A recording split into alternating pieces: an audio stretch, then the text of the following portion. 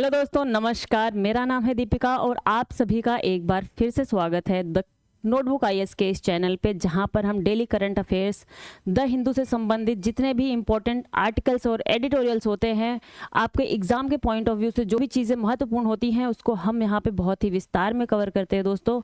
तो चलिए आज हम देख लेते हैं कि हमारे द हिंदू में क्या इंपॉर्टेंट आर्टिकल्स निकले हुए हैं। और दोस्तों, हम कोई भी न्यूज़ प्लेस इन न्यूज़ होती है वहाँ पे उससे हम एक क्वेश्चन आपको देते हैं, जिससे आप जो है क्वेश्चन की प्रैक्टिस में बने रहिए।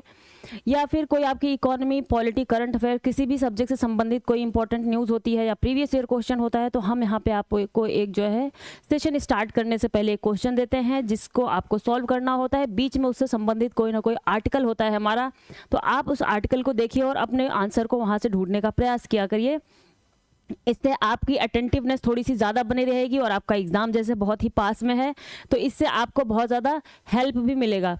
देखिए दोस्तों, बीच में हम 2 दिन क्लास नहीं ले पाए थे द हिंदू की, क्योंकि थोड़ी सी तबीयत खराब होने की वजह से। लेकिन आप लोग निश्चिंत रहिए कि जो भी आर्टिकल्स पिछले 2 दिनों के आए थे, जो भी इंपॉर्टेंट आर्टिकल्स होंगे हमारे एग्जाम के पॉइंट ऑफ व्यू से, उसको हम आगे के 1-2 सेशन में थोड़ा थोड़ा करके डाल देंगे, जिससे आपके ऊपर बहुत ज़्यादा बर्डन भी ना आए और आपके जो है सारे के सारे आर्टिकल्स कवर भी हो जाए। अगर आप किसी एक न्यूज़पेपर को फॉलो कर रहे हैं तो हम यहाँ पे उस न्यूज़पेपर से संबंधित सारे के सारे आर्टिकल्स कवर कर लेते हैं जो एग्ज़ाम में आने वाले होते हैं।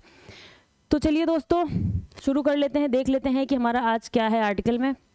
और एक बात दोस्तों, यहाँ पर हम इसको थोड़ा सा बाईलिंगुअल रखते हैं, दोनों ही लैंग्वेज में जो है अपने क्लास को करते हैं, क्योंकि बहुत से बच्चे हिंदी मीडियम के भी होते हैं, इंग्लिश मीडियम के भी होते हैं और बहुत से बच्चे ट्रांजिशनल फेज़ के होते हैं।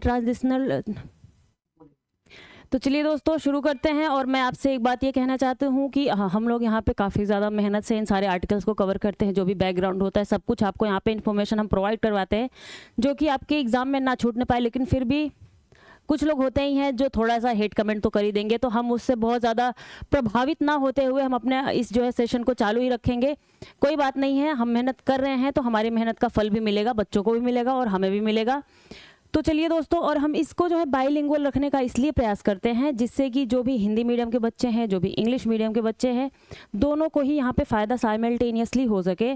जो ट्रांजिशनल फेज़ के बच्चे हैं, ट्रांजिशनल फेज़ मतलब जो हिंदी से इंग्लिश में जो है जाना चाहते हैं, तो उनके लिए भी 1 मिनट को न्यूज़पेपर द हिंदू को कवर करना थोड़ा सा मुश्किल हो जाता है, क्योंकि पूरा का पूरा इंग्लिश का न्यूज़पेपर होता है। तो उनके लिए भी यहाँ पर एक बारी फॉलो अप करके फिर वो न्यूज़पेपर पढ़ेंगे, अगर वो शुरुआती दौर में भी हैं प्रिपरेशन के, तो उनको इससे बहुत ज़्यादा फ़ायदा मिलेगा, वो चीज़ों को ज़्यादा जल्दी समझ सकेंगे।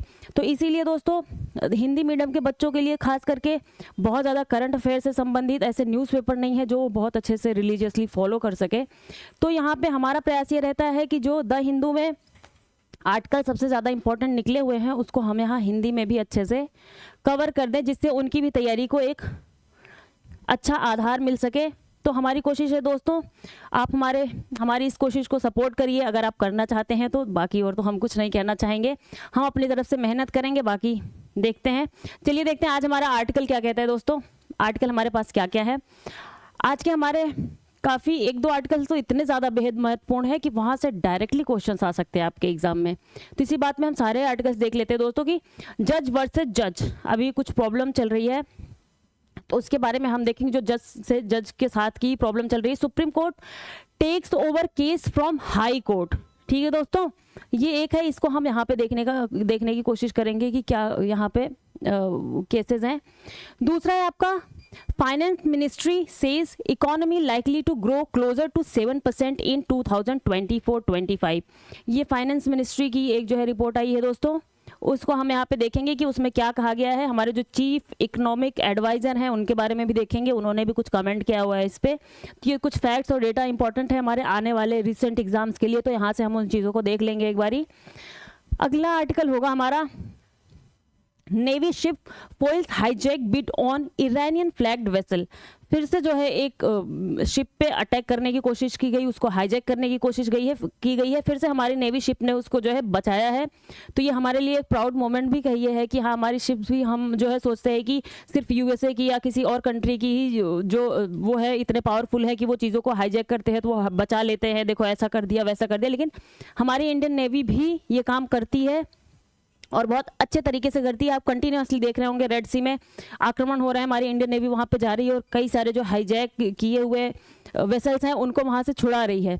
तो हम अब इसके बाद अगले आर्टिकल की तरफ बढ़ेंगे, अगला आर्टिकल देखेंगे और यहाँ पे हम जो मैंने आपको क्वेश्चन दिया दोस्तों वो यहाँ से जो है यहाँ तीसरे आर्टिकल से आने की, आप इसको ध्यान से देखेंगे तो तीसरे आर्टिकल से आपको इसका आंसर मिल जाएगा। अगला आर्टिकल है हमारा दोस्तों committee examining bill on marriage age gets extension.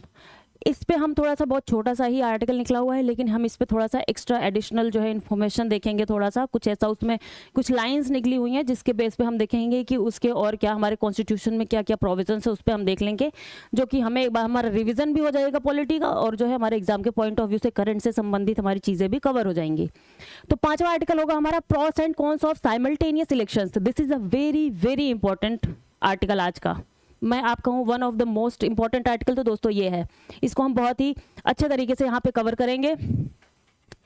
CAA will be implemented in a week, reiterates minister ने जो है CAA बिल जो हमारा जो है नागरिक बिल था उसके लिए लेकर के सिटीजनशिप का अमेंडमेंट जो एक्ट है उसको लेकर के उन्होंने कहा है कि जल्दी ही ये हम इसको इम्प्लीमेंट करने वाले हैं। तो इस पे भी हम देखेंगे थोड़ा सा कुछ जो शेड्यूल्ड कास्ट है, कुछ ट्राइब्स हैं उनको वहाँ पे कुछ निकली हुई है न्यूज़, तो उनके बारे में भी हम थोड़ा सा यहाँ पे देख लेंगे। The share of Indians still using biomass for cooking. देखिए यहाँ से हम थोड़ा सा अच्छा इंपॉर्टेंट फैक्ट उठा सकते हैं जो हमारे प्रीलिम्स में भी इंपॉर्टेंट हो सकता है, मेंस में भी लिखने के लिए। The increase in gold imports from April to December, ये भी हम देख लेंगे दोस्तों। तो चलिए शुरू करते हैं इसी बात पे अपने आज के क्वेश्चन से दोस्तों। क्वेश्चन क्या है हमारा, gulf of Aden is the part of, जो अदन की खाड़ी है वो किसका भाग है? ये अदन की खाड़ी है दोस्तों, हाँ वो किसका भाग है? आपके ऑप्शन है A Pacific Ocean, B Atlantic Ocean, C Indian Ocean, D none of the above. आपको बताना है गल्फ ऑफ एडन इनमें से किसका भाग है। हिंदी में देख लेते हैं, अदन की खाड़ी किसका भाग है? निम्नलिखित में से किसका भाग है? वो क्या है? ए प्रशांत महासागर, बी अटलांटिक महासागर, सी हिंद महासागर, डी इनमें से कोई नहीं। तो आपको हम अपना जब आर्टिकल दिखाएंगे तो आपको साथ में इस क्वेश्चन को माइंड में रख के चलना है कि गल्फ ऑफ एडन किसका पार्ट है और वहां से जो है इसके क्वेश्चन को आपको पुट करना है। ठीक है दोस्तों, चलते हैं इसी बात पे हम अपने पहले आर्टिकल की तरफ और देख लेते हैं कि हमारा आर्टिकल क्या है। ये जज वर्सेस जज, supreme court takes over case from high court. ठीक है दोस्तों, the supreme court on Monday transferred from the Calcutta high court to itself a case of, Calcutta high court में कोई केस चल रहा था, वहां से जो है सुप्रीम कोर्ट ने उस केस को अपने आप से वहां से मंगवा लिया है खुद देखने के लिए। उन्होंने ये सुओ मोटो कॉग्निजेंस लिया है, मतलब कि कहीं पे देखा होगा और खुद से ही उन्होंने ये जो है कदम उठाया है। उसको हम क्या कहते हैं दोस्तों? सुओ मोटो कॉग्निजेंस कहते हैं। उसके तहत जो है सुओ मोटो, ये है सुओ मोटो कॉग्निजेंस कहते हैं जब सुप्रीम कोर्ट कहीं के केस को बिना किसी के जो है अपील के, बिना किसी लिटिगेशन के, खुद से ही किसी और कोर्ट से उस केस को, उसको लगता है उसने कहीं न्यूज़पेपर में देखा हो, कहीं पे भी देखा हो, वहां से उसको लगा हो कि ये केस ऐसा इंपॉर्टेंट है, इसको यहाँ से हमें अपने पास ट्रांसफर कर लेना चाहिए, जिसमें कुछ कॉन्स्टिट्यूशन से रिलेटेड कुछ ऐसे प्रोविजंस हो सकते हैं जिसकी व्याख्या करनी हो या कुछ ऐसी चीजें हो, तो वो जो है हमारा सुप्रीम कोर्ट वहां से ले लेता है अपने पास में।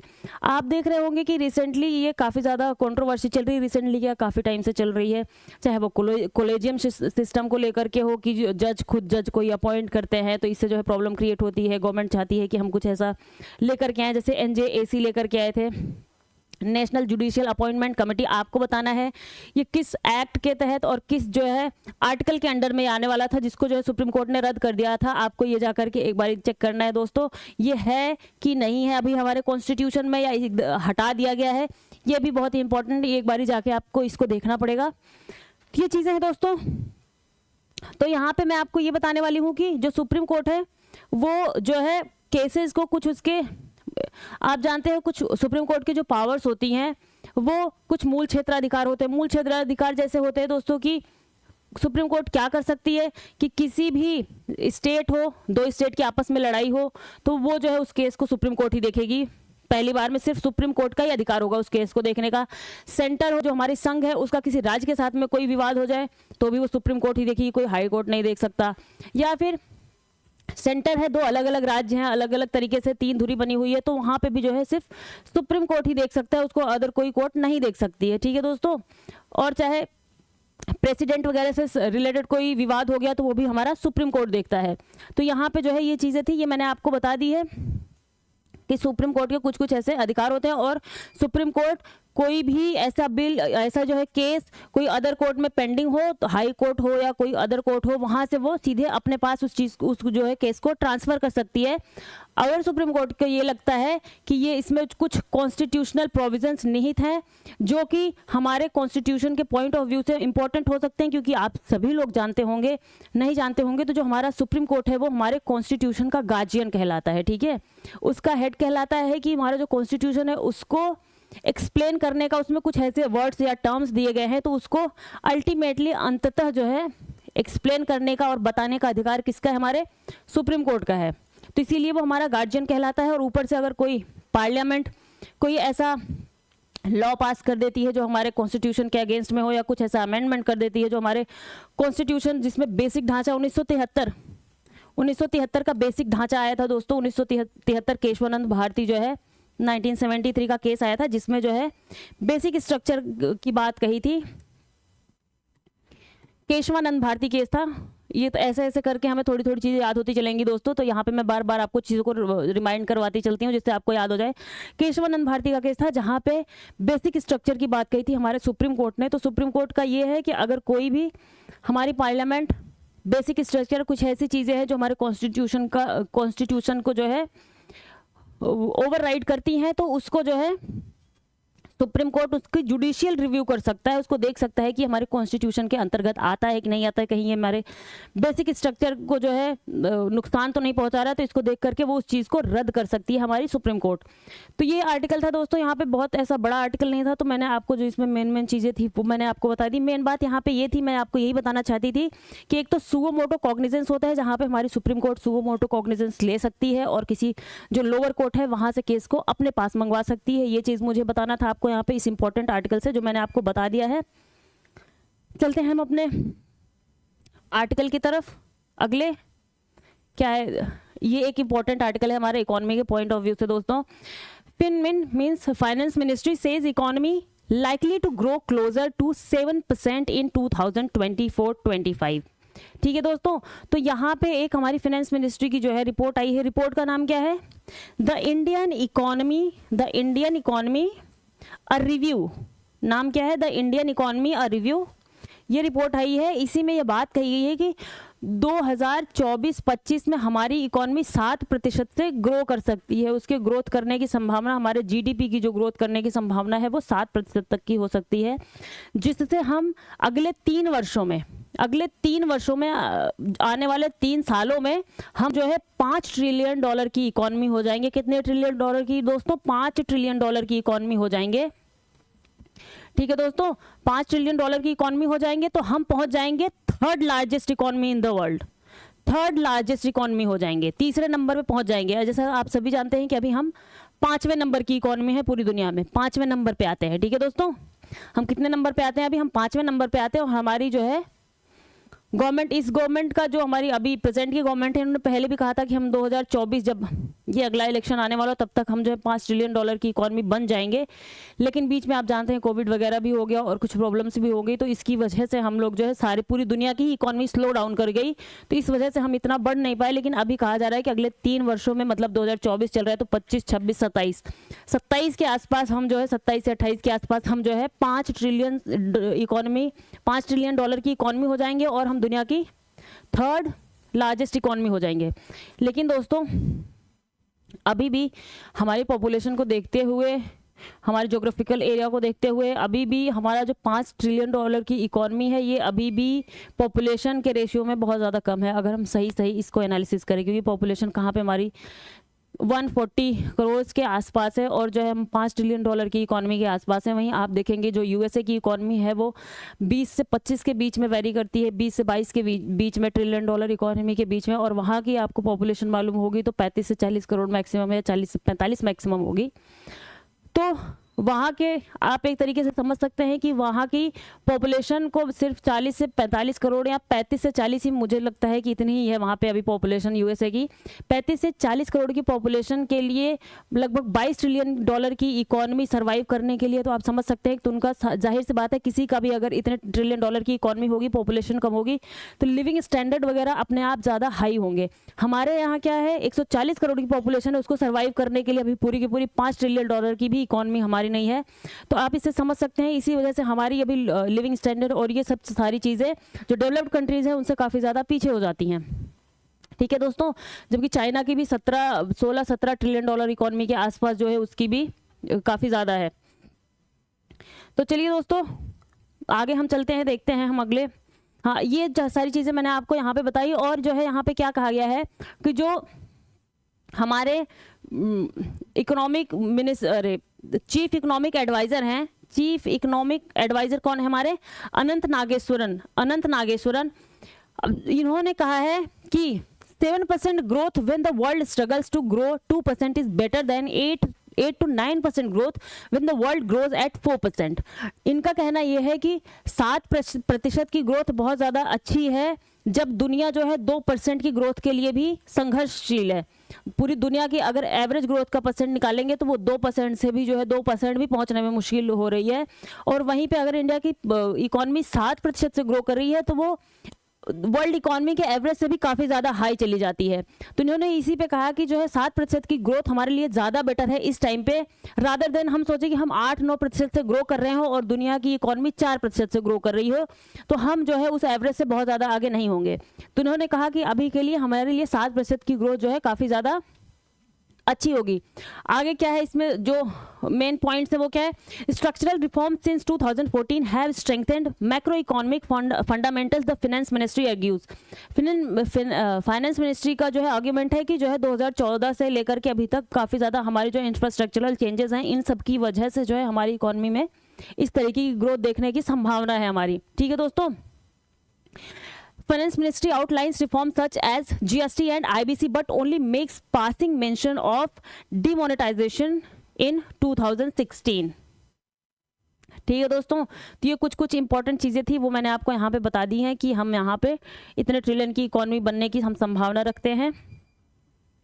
ठीक है दोस्तों, तो चलिए ये एक आर्टिकल था, यहाँ पे कुछ जो है इंपॉर्टेंट डेटा थे, इसलिए जो है हमने आपको यहाँ पे बताया, जिससे कि आप उसको अपने कहीं पे भी जब आप मेंस का आंसर राइटिंग कर रहे होंगे या यहाँ से छोटी मोटी कुछ प्रीलिम्स के भी क्वेश्चंस उठाए जा सकते हैं कि हमारी इकॉनमी इतने में जो है कितने % से ग्रो करने की संभावना है। हमारी जो फिनेंस मिनिस्ट्री है उन्होंने कितना जो है एस्टिमेट बताया है, या फिर हमारे कितने ट्रिलियन डॉलर की इकॉनमी हो जाएगी, या वर्ल्ड की किसी इकॉनमी से हम कंपैरिजन के लिए कुछ चीज़ें हो सकती हैं। तो बहुत सारे क्वेश्चन ऐसे पुट अप किए जा सकते हैं दोस्तों।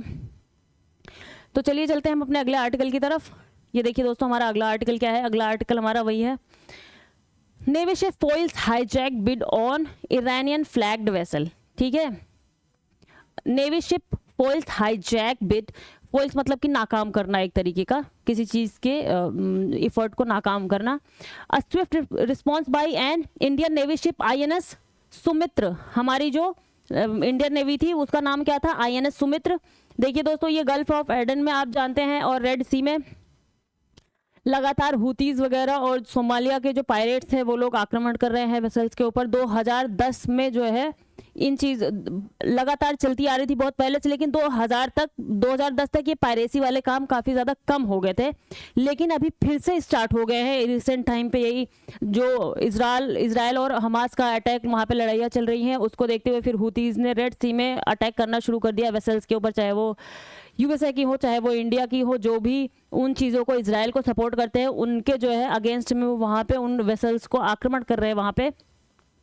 और उसी का फ़ायदा उठाते हुए जो पायरेट्स हैं, सोमालियन पायरेट्स वगैरह हैं, वो भी फ़ायदा उठाते हुए कुछ शिप्स को हाईजैक करने की कोशिश कर रहे हैं। जो सोमालियन पायरेट्स होते हैं बस उनका लेकिन ये मोटिव होता है दोस्तों कि वो लोग कोई भी शिप हाईजैक करें, वहाँ से उनको पैसे मिल जाए तो वो उनको छोड़ देते हैं। लेकिन जो हुतीज़ लोग हैं उनका तो मुद्दा ही कुछ अलग है, वो पूरा तहस नहस करने की कोशिश कर रहे हैं इस टाइम पे, क्योंकि वो चाहते हैं कि जो इजराइल अटैक कर रहा है हमास पे उसको बंद किया जाए और दुनिया इस चीज़ के सपोर्ट में आए। वहाँ पे जो जनसंहार चल रहा है, नरसंहार चल रहा है, उसको वहाँ पे ख़त्म करने की कोशिश की जाए। तो जो ये हुतीज़ हैं ये ईरान देखिए a swift response by an Indian navy ship INS Sumitra, जो हमारी आईएनएस सुमित्रा थी उसने जो है काफ़ी जल्द तेज़ी से जो है रिस्पॉन्स करते हुए जा करके, ये शिप थी जिसको हाईजैक किया गया था, वहाँ जा करके उस शिप को जो है उन्होंने छुड़ाया। शिप का नाम क्या था? ईमान। ईरानियन फ्लैग शिप थी, ईरान की शिप थी, उसका नाम क्या था? ईमान। और जो है ये फिशिंग वेसल थी, फिशिंग वेसल जो फिशिंग करते हैं, मछलियाँ पकड़ते हैं, वो वाली वेसल थी। तो इसको हमारी जो है इंडियन आर्मी, इंडियन नेवी ने वहां से छुड़ाया है, gulf of Aden. INS Sumitra on anti piracy operations along the, ये एंटी पायरेसी ऑपरेशन चलाती है हमारी आईएनएस सुमित्रा। और वहाँ पे हमारी और भी कई जो नेवी की वेसल्स है वहाँ पे लगाई गई हैं, जो अभी हाल फिलहाल में काफ़ी ज़्यादा अटैक हो रहे हैं। जैसा कि लगभग 15% का हमारा जो है वर्ल्ड ट्रेड कहाँ से होता है, इंडिया का वर्ल्ड ट्रेड हो जाता है वो लगभग आपके रेड सी के ही थ्रू हो जाता है। तो हमारे लिए बहुत ज़्यादा इंपॉर्टेंट हो जाता है रेड सी का एरिया। तो इसलिए गवर्नमेंट ने जो हमारी नेवी है वहाँ पे कई वेसल्स लगा रखे हैं, जिससे कि हम कोई भी आने जाने में प्रॉब्लम हो। अमेरिका भी वहाँ पे लगा हुआ है, ब्रिटेन भी लगा हुआ है। आपने रिसेंटली न्यूज़ में सुना हुआ, अमेरिका ब्रिटेन ने जो है फिर हूतियों पर हमला भी कर दिया था यमन में, जगह जगह पर जा करके। यमन में हूतियों ने लगभग जो वहाँ की राजधानी सना है, यमन की राजधानी क्या है? सना, वहाँ पे उन्होंने कब्जा कर रखा है। और पूरा जो वेस्ट का एरिया है यमन का, वहाँ पे उन्होंने अपने खुद की गवर्नमेंट बना रखी है, रेबेल करके वहाँ पे। क्योंकि उनका कहना ये था कि यहाँ पे जो यमन की सरकार है वो हमें चीज़ों को प्रोवाइड नहीं करवाती, जो वेस्ट का एरिया है वहाँ पे वो डेवलपमेंट, हेल्थ, एजुकेशन, इन चीज़ों को सही से प्रोवाइड नहीं करवाती। तो उन्होंने वहाँ पे मिलिट्री कू करके एक तरीके से जो है, मिलिट्री कू तो नहीं कहेंगे, ये जो है एक तरीके के जो रेडिकल्स हैं इन्होंने वहाँ पे पूरा कब्जा कर लिया, जो यमन की राजधानी सना है, पीछे वाला का पूरा एरिया। तो हम यहाँ पे देख लेते हैं, थोड़ा सा मैप भी देख लेते हैं दोस्तों। ये एरिया जो मैं आपको बता रही हूँ कि ये जो एरिया है, ये एरिया है, यहाँ पे उन्होंने लगभग पूरा कब्जा कर रखा है यमन का। ये है आपका यमन, आप देख पा रहे हैं, ये आपका यमन। ये है आपका पूरा रेड सी का ये एरिया, ये है आपका पूरा सुएज कनाल का एरिया, और ये है इजिप्ट की कैपिटल, इजिप्ट की राजधानी कायरो यहाँ पे है। ये आपका ओमान है, ये आपका हॉर्न ऑफ अफ्रीका है। यहाँ पे आप देखेंगे तो लगभग 3 कंट्रीज आपको दिख जाएंगी, सोमालिया, जिबूती एंड इरिट्रिया। कौन कौन सी? सोमालिया, जिबूती एंड इरिट्रिया, ठीक है। हॉर्न ऑफ अफ्रीका पे दोस्तों यही आपका हॉर्न, ये हॉर्न की तरह, सींग की तरह दिख रहा है ना आप लोगों को, तो इसी को हम हॉर्न ऑफ अफ्रीका बोलते हैं। यहाँ पे 3 ये कंट्रीज आपको दिख जाएंगी, ठीक है दोस्तों। ये है आपका gulf of Aden. Gulf of Aden कहाँ पे है आपका? ये है, ये रहा आपका अरेबियन सी, ये है आपका पूरा का पूरा इंडियन ओशन। तो ये पूरा का पूरा ये एरिया इंडियन ओशन का है। तो आप इस चीज़ से समझ सकते हैं कि जो गल्फ ऑफ एडन है वो किसका पार्ट है, कौन से महासागर का पार्ट है। वो हमारे कौन से महासागर का पार्ट है? वो हमारे इंडियन ओशन का पार्ट है, हिंद महासागर का पार्ट है गल्फ ऑफ एडन। ये है आपका अरेबियन सी, ठीक है दोस्तों। ये रहा रेड सी। तो ये जो गल्फ ऑफ एडन है, ये 2 सी जो है इनके बीच में एक विभाजक का कार्य करता है, अरेबियन सी और रेड सी के बीच में। ये भी ध्यान दीजिएगा, अरेबियन सी और रेड सी के बीच में विभाजन का कार्य करता है ये। और ये जो इजराइल के बारे में मैंने आपको बताया, ये रहा आपका इजराइल, यहीं पे ही गाजा पट्टी है जहाँ पे लगातार इजराइल गोले बरसा रहा है। और वहाँ पे लगभग 25-26 हज़ार से ज़्यादा लोगों की मौत हो चुकी है अभी तक के इंसिडेंट में, और उसको रोकने का प्रयास भी जारी है। लेकिन अभी इजराइल ने एकदम से ठान ली है उनको वहाँ से नामो निशान मिटाने का। तो देखते हैं आगे क्या होता है। लगभग दुनिया ही लग रहा है किसी अदर ही फेज से गुजर रही है।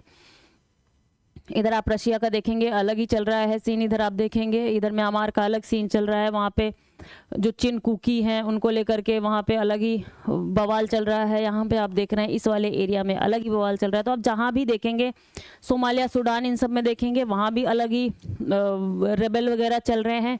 तो हर जगह कुछ ना कुछ है। तो ये आपका इंपॉर्टेंट। और ये देखिए, ये जो रेड सी है, ये स्वेज कनाल आपका यहाँ है। स्वेज कनाल क्या करती है? आपके रेड सी और मेडिटेरेनियन सी को जोड़ने का काम करती है।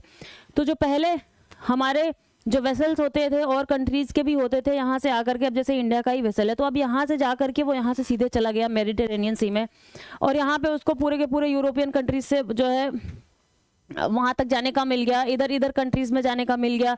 तो यहाँ से उसको नज़दीक पड़ जाता। अगर इसको यहीं से घुमा करके अगर यहीं पे आना है, इसको इटली में ही आना है, तो मान लीजिए यहाँ से घुमा करके जाएगा तो जाहिर सी बात है बहुत ज़्यादा लॉन्ग रूट हो जाएगा। लॉन्ग रूट होने की वजह से हमारा खर्चा बहुत ज़्यादा बढ़ जाएगा। खर्चा बहुत ज़्यादा बढ़ जाएगा तो इन्फ्लेशन जो है बढ़ने लग जाएगा, ठीक है दोस्तों।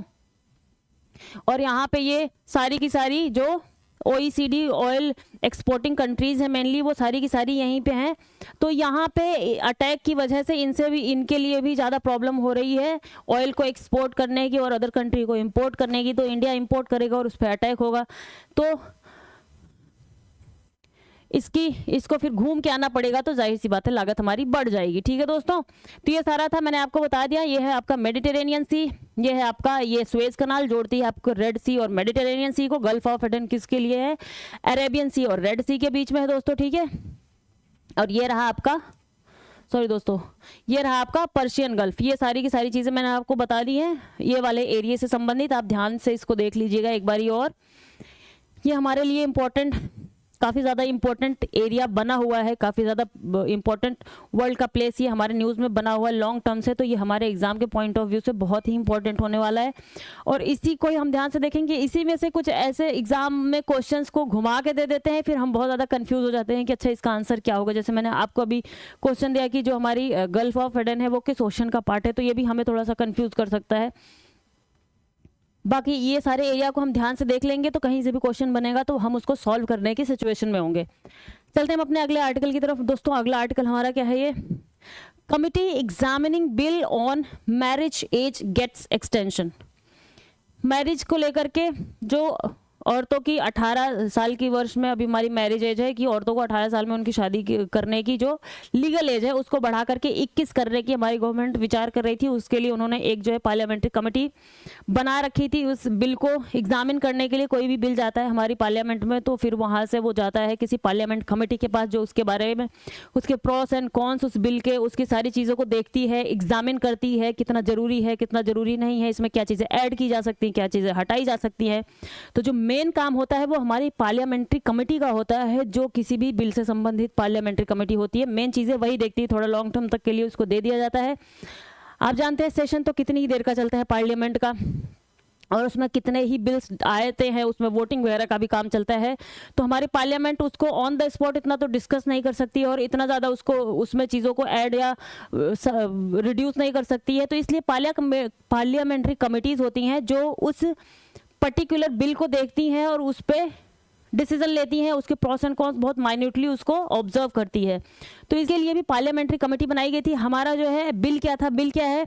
The prohibition of child marriage amendment bill 2021। ये 21 से आया है और अभी हमारे जो है पार्लियामेंट में लोकसभा में पड़ा हुआ है पार्लियामेंट कमेटी के पास में। तो पार्लियामेंट कमेटी इसको पेश करने वाली थी लेकिन उसके जो है टाइम को और ज़्यादा बढ़ा दिया गया है कि आप इस पर और ज़्यादा इसको रिसर्च करिए, इस पर देखिए कि और ज़्यादा चीज़ें क्या है। और यहाँ पे बात यह है दोस्तों कि 18 से 21 एज बढ़ाने के फ़ायदे क्या क्या है? वो फ़ायदे भी यही है कि देर से शादियां होंगी तो थोड़े बच्चे भी देर से होंगे, जो विमेन की हेल्थ है वो भी काफ़ी ज़्यादा इम्प्रूव करेगी। तो ये सारी चीज़ें हैं जिसके लिए हम काफ़ी कंसीडर करते हैं कि 18 से बढ़ा करके 21 कर देंगे। हमारी जैसे पॉपुलेशन बहुत ज़्यादा बढ़ रही है तो 18 से 21 करने पर एज को पॉपुलेशन कि जो है ग्रोथ में भी थोड़ी कमी देखने को मिल सकती है। तो ये सारी चीज़ें हैं जिनकी वजह से हम ये करने का प्रयास कर रहे हैं।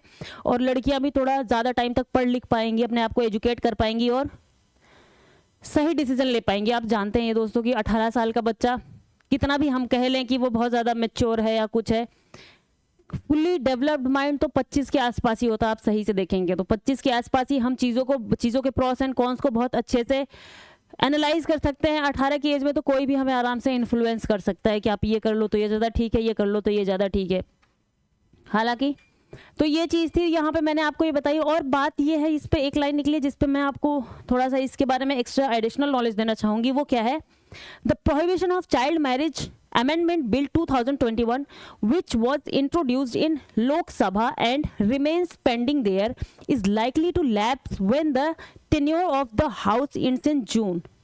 बात क्या कही जा रही है कि अभी हमारा 2024 का इलेक्शन होने वाला है पार्लियामेंट का।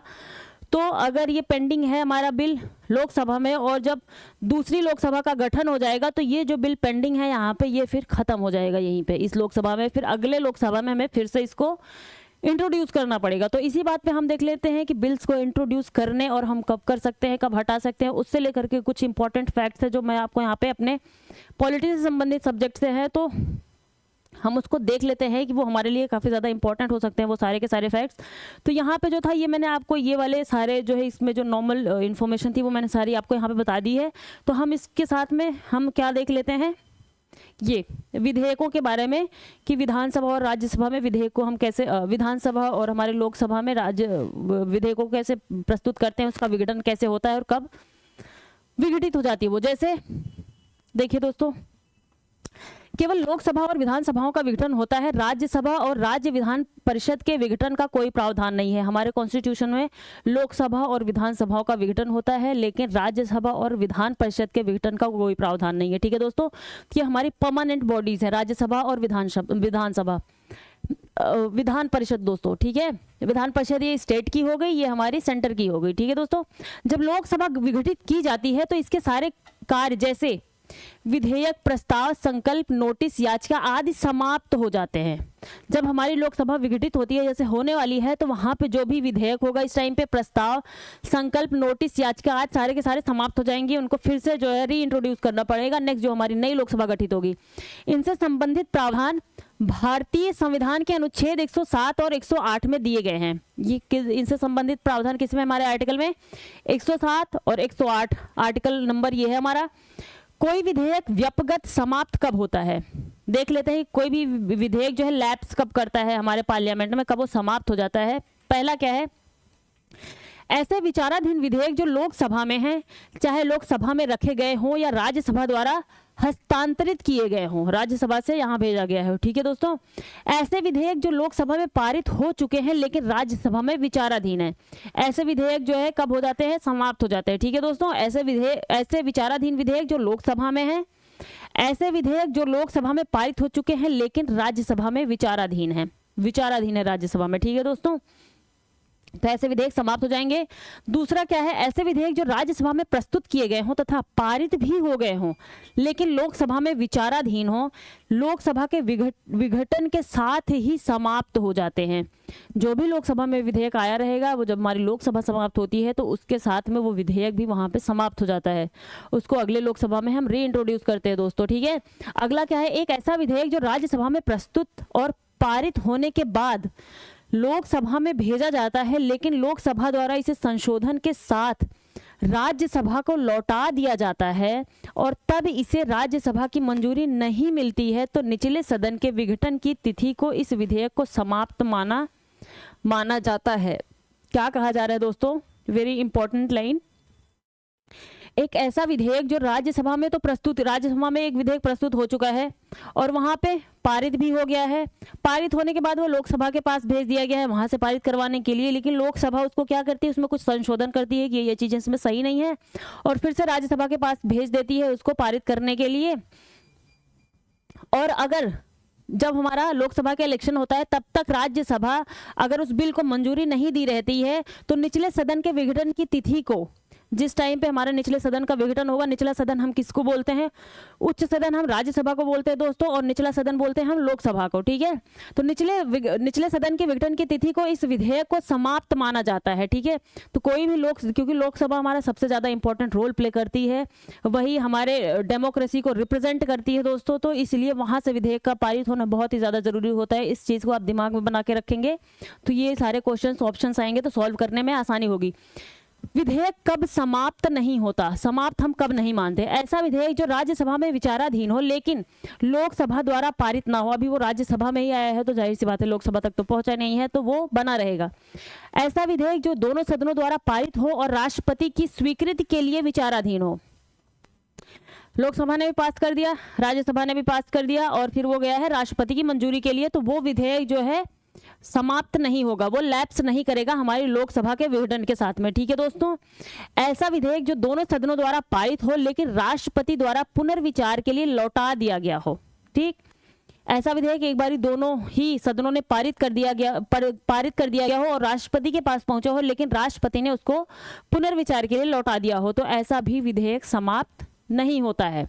लंबित विधेयक और सभी लंबित आश्वासन जिनकी जांच सरकारी आश्वासनों संबंधी समिति द्वारा की जानी है, कोई भी जो समिति के पास होती हैं उनकी जांच जो सरकारी आश्वासन समिति के पास जो लंबित विधेयक होते हैं वो जो है लैप्स नहीं होते हैं। तो ये सारे इंपॉर्टेंट फैक्ट्स थे दोस्तों, विधेयक कब लंबित होता है, कब नहीं होता है, कब वो लैप्स कर जाता है, कब लैप्स नहीं करता है। तो आप इसको एक बारी देख लीजिएगा, और ये आर्टिकल भी इंपॉर्टेंट था इसमें। तो चलते हम अपने अगले आर्टिकल की तरफ। दोस्तों मैंने जैसा आपको पहले ही बताया है, this is a very very important article. आप जानते हैं आप कि जो हमारा मेंस का एग्ज़ाम होता है यूपीएससी का, पीसीएस का भी, यूपीएससी का, तो सीधे सीधे आप ऐसे कोई एक आर्टिकल इस तरीके के जो इंपॉर्टेंट न्यूज़ वाले आर्टिकल है उनको अगर हम बहुत ही बेटर तरीके से ऑब्जर्व करके पढ़ लें तो ऐसे आर्टिकल से एक पूरा का पूरा क्वेश्चन लिखा जा सकता है पॉलिटी का। ठीक है दोस्तों, और आते भी हैं हमारे एग्जाम में कुछ ऐसे क्वेश्चन जो करंट में हमारी न्यूज़ रही है उससे संबंधित क्वेश्चन आते हैं, और उसको हम इन सब आर्टिकल से सारा का पूरा आंसर जो 250 शब्दों में लिखना है हमें 250 वर्ड्स में, वो सारा का सारा आंसर हम यहीं से ही पुट करके वहाँ पे लिख सकते हैं। तो इतना ज़्यादा इंपॉर्टेंट आर्टिकल है। तो मैंने यहाँ पे आपको ये आर्टिकल डाला है, उसको हम 1 बाय 1 बहुत ही माइन्यूटली सारी की सारी चीज़ों को यहाँ पे एक बार देख लेंगे जो हमारे एग्जाम के पॉइंट ऑफ व्यू से बहुत ही इंपॉर्टेंट है। बात क्या हुई है, अभी तक की न्यूज़ क्या है, इसमें क्या क्या देखना है हमें दोस्तों। देखिए, pros and cons of simultaneous election. जो साइमल्टेनियस इलेक्शन की बात हो रही है, साथ साथ में लोकसभा और विधानसभाओं के साथ में इलेक्शन करवाने की बात हो रही है, उसी से संबंधित ये आर्टिकल है। तो उसके बारे में उसकी जो खामियां हो सकती हैं, अच्छाइयां हो सकती हैं, और कॉन्स्टिट्यूशनल प्रोविजंस क्या है उसमें, और सारी चीज़ें कुछ कमिटीज़ ने रिकमेंडेशंस क्या दी हैं, उन सारी की सारी चीज़ों के बारे में सारा ये आर्टिकल में हर चीज़ दी हुई है। तो हम यहाँ पर देखेंगे। और अभी तक की स्टोरी क्या है, high level committee, Ramnath Kovind हमारे राष्ट्रपति, पूर्व राष्ट्रपति के अध्यक्षता में एक हाई लेवल कमेटी का गठन किया गया था, जो 1 नेशन 1 इलेक्शन के को देखने का काम उसको दिया गया था। तो यहाँ पे जो हाई लेवल की कमेटी थी, उन्होंने जो अलग अलग पॉलिटिकल पार्टीज हैं, जो दल हैं, राजनीतिक दल हैं, उनसे लॉ कमीशन और जो अदर ग्रुप्स हैं उन सब से जो है प्रपोजल मांगा है कि ये क्या इसमें सही रहेगा, क्या चेंजेस होने चाहिए, किस तरीके से हम इसको जो है कर सकते हैं। तो एक तरीके से कोऑर्डिनेट करने के लिए उन्होंने सबसे प्रपोजल मांगा हुआ है। तो ये अभी तक की न्यूज़ है कि उन्होंने सितंबर 2023 में हमारी सरकार ने बनाई थी high level committee Ramnath Kovind के अंडर में, तो वो उसने ही सबसे प्रपोजल वगैरह मांगा है। तो इसी पे आर्टिकल निकला हुआ है कि उसमें क्या क्या चीज़ें हैं, क्या क्या प्रोस एंड कॉन्स हो सकते हैं। डायरेक्टली जो है हमारा 1 नेशन 1 इलेक्शन के बारे में आपके विचारों को पूछा जा सकता है और कहा जा सकता है कि इसमें क्या क्या प्रोविजंस है, क्या हमें चेंज करना पड़ सकता है कॉन्स्टिट्यूशन में, और क्या चीज़ें हो सकती है। तो इस टाइप का क्वेश्चन डायरेक्ट बन सकता है, और यहाँ से हम डायरेक्टली उसको जो है लिख सकते हैं दोस्तों। प्रीलिम्स में भी यहाँ पे कुछ जो फैक्ट्स दिए गए हैं उनसे भी क्वेश्चंस उठाए जा सकते हैं जैसे।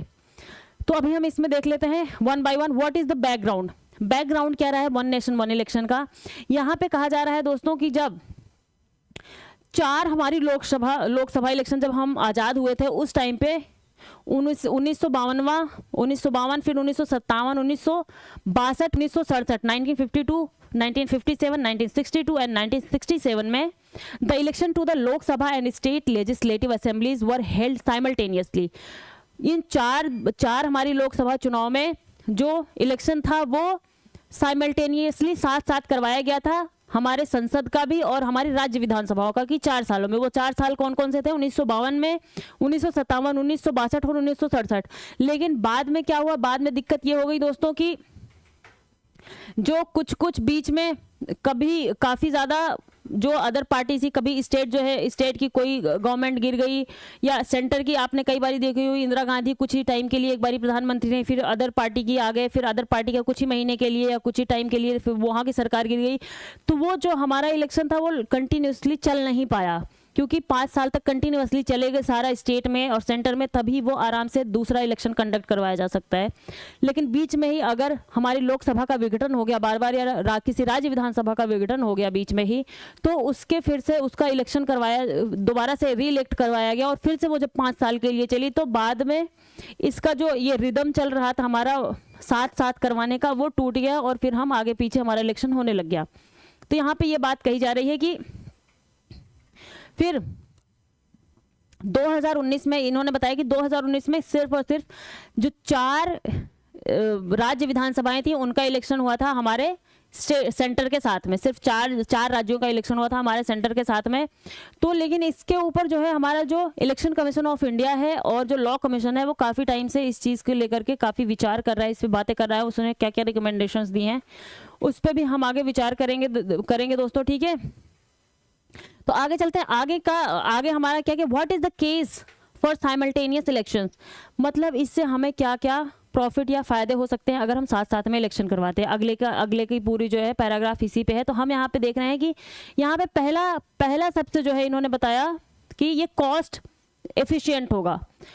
जैसे हमारा जो इलेक्शन अभी अगर लोकसभा का इलेक्शन होगा तो उसमें लगभग 4000 करोड़ का, सिर्फ सेंटर का 4000 करोड़ का खर्च आ जाएगा हमारे लोकसभा के इलेक्शन पे। उसके अलावा ये तो एक ऑफिशियल खर्च है, उसके अलावा जो पार्टीज अपना खर्च करेंगी और जो अदर दल खर्च करेंगे उन सबको आप जोड़ लेंगे तो बहुत ज़्यादा बड़ा अमाउंट हो जाता है सिर्फ और सिर्फ जब हम इलेक्शन करवाते हैं। तो इसकी वजह से कहा जा रहा है। और ऊपर से जब स्टेट जो असेंबलीज होती हैं वहाँ पे जो इलेक्शन होगा वहाँ की जो पार्टीज होंगी उन सबका उस स्टेट में, तो उन सारे ही खर्चों को मिला लेंगे तो ये बहुत ज़्यादा ह्यूज अमाउंट हो जाता है खर्च होने का।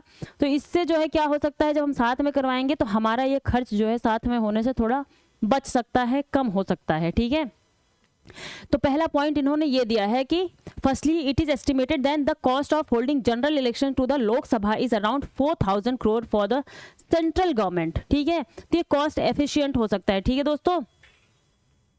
अगला इन्होंने दूसरा क्या लॉजिक दिया है कि किस चीज को लेकर के ये इंपॉर्टेंट है, ये क्या है दोस्तों कि सेकंडली देयर आर एटलीस्ट 5-6 states elections that happen every year, हर साल लगभग 5 से 6 राज्यों का इलेक्शन होता ही रहता है। तो इससे काफ़ी ज़्यादा प्रॉब्लम क्रिएट हो जाती है क्योंकि हम जो है लगातार इलेक्शन के ही मोड में बने रहते हैं, गवर्नमेंट भी इलेक्शन के ही मोड में बनी रहती है और जो है वहाँ पे जो ये मॉडल कोड ऑफ कंडक्ट होता है, आप जानते होंगे कि जब ये इलेक्शन स्टार्ट होता है तो हमारा इलेक्शन कमीशन ऑफ इंडिया एक मॉडल कोड ऑफ कंडक्ट लगा देती है जिसमें आप किसी नई स्कीम या किसी नई चीज़ों के बारे में अनाउंस नहीं कर सकते, कोई ऐसा नया बजट नहीं निकाल सकते। इसीलिए हम कब निकालते हैं, जब हमारा इलेक्शन हो रहा होता है तो हम अंतरिम बजट निकालते हैं जिसमें हम कोई ऐसी नई स्कीम या नई चीज़ों के बारे में ऐसा अनाउंसमेंट नहीं कर सकते जिससे लोगों को प्रभावित हम कर सके और उनसे वोट के टाइम, इलेक्शन के टाइम पे वोट ले सके। तो इन सब चीज़ों से बचने के लिए फेयर और इम्पार्शियल इलेक्शन करवाने के लिए election commission of India code of conduct जारी करता है जो लगभग 45 से 60 दिन तक चलता है। जब इलेक्शन से पहले जो है 45 से 60 दिन तक हो जाता है तो आप समझ सकते हैं 5 से 6 स्टेट में हर साल इलेक्शन होता रहेगा और 45 से 60 दिन तक का जो है कोड ऑफ कंडक्ट चलता रहेगा। तो वहाँ का जो प्रशासनिक कार्य है और जो वेलफेयर का कार्य है वो रुक जाएगा और पूरी की पूरी गवर्नमेंट सिर्फ और सिर्फ वोट और इलेक्शन में ही लगी रहेगी। तो ये हमारा दूसरा पॉइंट है कि परमानेंट कैंपेनिंग होती रहेगी, परमानेंट कैंपेन होता रहेगा किसी भी स्टेट में या फिर जो है सेंटर में। तीसरी बात इन्होंने क्या कही है, तीसरी बात दोस्तों इन्होंने ये कही है कि हम जो है जो हमारी एडमिनिस्ट्रेटिव मशीनरी है in the district slow down during the election. बात क्या होती है, जब कहीं पे इलेक्शन हो रहा होता है, सेंटर का हो रहा होता है या स्टेट का हो रहा होता है, जो हमारी जो क्या कहते हैं प्रशासनिक मशीनरी होती है वो सारी की सारी किस चीज़ में लग जाती है, वो इलेक्शन में लग जाती है कि कैसे इलेक्शन कहाँ पे कंडक्ट करवाया जाएगा, कहाँ पे कैसे क्या चीज़ें होंगी, हमें क्या देखना है। और जो हमारी पैरामिलिट्री फोर्सेस होती हैं जैसे आप बीएसएफ वगैरह को ही देख लीजिए, तो उनको भी बुला करके वहाँ से इन इलेक्शंस के काम में लगा दिया जाता है। तो इससे जो हमारे काम है, जो और चीज़ें हैं वो बाधित होती हैं। तो यहाँ पे तीसरा रीज़न इन्होंने ये दिया हुआ है कि इससे हमारी जो एडमिनिस्ट्रेटिव मशीनरी है उसमें काफ़ी ज़्यादा प्रॉब्लम्स क्रिएट होती हैं क्योंकि सारी की सारी हम जो है इलेक्शन में ही लग जाते हैं। और लास्टली इन्होंने बहुत ही इंपॉर्टेंट एक बात ये कही है कि पोलराइजिंग कैंपेन का जो है पोलराइजेशन हो जाता है। पोलराइजेशन इन द सेंस दोस्तों कि जब हम जो है इलेक्शन करवा रहे होते हैं तो हम पोलराइज कर लेते हैं किसी अपने वोट के लिए कि इसको इस धर्म से पोलराइज कर लिया, इस धर्म से इसको कर दिया, हिंदू को अलग कर दिया, मुस्लिम को अलग किया, सिख को अलग किया या किसी कम्युनिटी को अलग किया। तो अलग अलग पार्टी अलग अलग जो है धर्म को लेकर के अपना पोलराइजेशन करती है। जैसा कि आप देखते भी होंगे, आप अवेयर रहते होंगे तो आपको मालूम होगा कि ऐसा चलता ही रहता है पॉलिटिक्स में। तो यहाँ इन्होंने दिया कि ये पोलराइजेशन जो चलता है ये वहाँ पे जब एक ही बार में इलेक्शन होगा तो बार बार लगातार जो ये पोलराइजेशन हो रहा होता है, कंटिन्यूसली पूरे साल कहीं ना कहीं कुछ ना कुछ पोलराइजेशन का काम चलता है। तो ये जो है इसमें थोड़ी कमी आएगी और थोड़ा लोगों में नफरत भी थोड़ी कम होगी क्योंकि फिर जो है एक ही बार इलेक्शन होगा, तो बार बार ये चीज़ें करनी नहीं पड़ेंगी। तो ये कुछ 4 चीज़ें थी इन्होंने जो यहाँ पे बताई हैं कि इसके क्या क्या फ़ायदे हो सकते हैं दोस्तों, जो कि हमने आपको ये 4 चीज़ें बताई। तो ये हमारे एग्जाम के पॉइंट ऑफ व्यू से काफ़ी इंपॉर्टेंट है। अगली बात क्या ये कह रहे हैं कि What are the challenges involved? अब यहाँ पे मेन चीज़ क्या है कि हम थोड़ा देख लेते हैं कि इनमें चैलेंज क्या इन्वॉल्व है वन नेशन वन इलेक्शन करवाने में। चैलेंज क्या आ रहा है हमारे पास दोस्तों? चैलेंज ये हो जा रहा है कि जो कई तरीके का, एक जो है कॉन्स्टिट्यूशनल और डेमोक्रेटिक चैलेंजेस हमारे पास सामने आ रहे हैं। हम कॉन्स्टिट्यूशनली देखेंगे तो हमें कुछ कॉन्स्टिट्यूशनली जो है उसमें चेंजेस करने पड़ेंगे, कुछ आर्टिकल्स हैं जिनमें हमें अमेंडमेंट करना पड़ेगा। डेमोक्रेटिकली देखेंगे तो भी हमारा जो फेडरल स्ट्रक्चर है और इसको लोग प्रभावित ना कर सके, एकदम से कोई पार्टी आ जाए वो सारे की सारी स्टेट और सेंटर को कैप्चर कर ले, वो फिर अपने तरीके से काम को करवाने लगे, फुल मेजोरिटी में आ जाए। आप देखते भी होंगे अगर सेंटर में कोई अलग गवर्नमेंट होती है, स्टेट में कोई अलग गवर्नमेंट होती है, तो हमेशा ही कंटिन्यूसली उनमें कुछ ना कुछ क्लैशेस चलते रहते हैं। अभी जैसा सुप्रीम कोर्ट ने भी कहा था, आपने न्यूज़ में देखा होगा, तो जो इन्फोर्समेंट डायरेक्टरेट है वो जगह जगह स्टेट्स में, सेंटर में भी कई बारी केजरीवाल को भी समन जारी किया, वो गए नहीं वहाँ पे, और सारी पार्टीज भी और जो अदर स्टेट के हैं वो लोग कह भी रहे हैं कि ये पॉलिटिकली जो है इनका इंटेंशन पॉलिटिकल है, राजनीतिक है, इस वजह से ये इन्फोर्समेंट डायरेक्टरेट को जो है यहाँ पे हमें समन जारी करवा रही है, सेंट्रल गवर्नमेंट इन्वेस्टिगेशन करवा रही है। तो सुप्रीम कोर्ट ने कहा कि आप जो है जो अदर स्टेट्स हैं, जो सेंटर की पार्टी के स्टेट्स नहीं हैं, तो उनके साथ में आप अगर जरूरी हो तभी ऐसा करवाइए, आप पॉलिटिकली मोटिवेटेड होकर के ये काम मत करवाइए। तो ऐसा सुप्रीम कोर्ट ने हमारी कहा था। तो यही बात हम यहाँ पे देख रहे हैं कि अगर एक ही बार में अगर इलेक्शन हो जाता है तो सारी की सारी कैप्चर कर ले, अगर सिर्फ एक और एक पार्टी, तो फिर उस पार्टी को फीडबैक देने, जैसे कि क्या होता है सेंटर में एक पार्टी आ गई तो स्टेट्स में अदर पार्टी हैं, स्टेट का बाद में इलेक्शन हुआ, सेंटर ने जो काम किया उसका फीडबैक कैसे उसको प्राप्त होगा? ऐसे ही तो प्राप्त होता है ना कि अगर स्टेट में फिर उस पार्टी को लोगों ने वोट ही नहीं दिया, फिर वहां पे पसंद ही नहीं किया, तो सेंटर को ये पता चल जाता है भाई कि हमने ये काम गलत किया है, हमें इसमें सुधार करने की जरूरत है, क्योंकि यहाँ पे लोग जो है इस चीज़ का फीडबैक अच्छा नहीं आ रहा है हमें।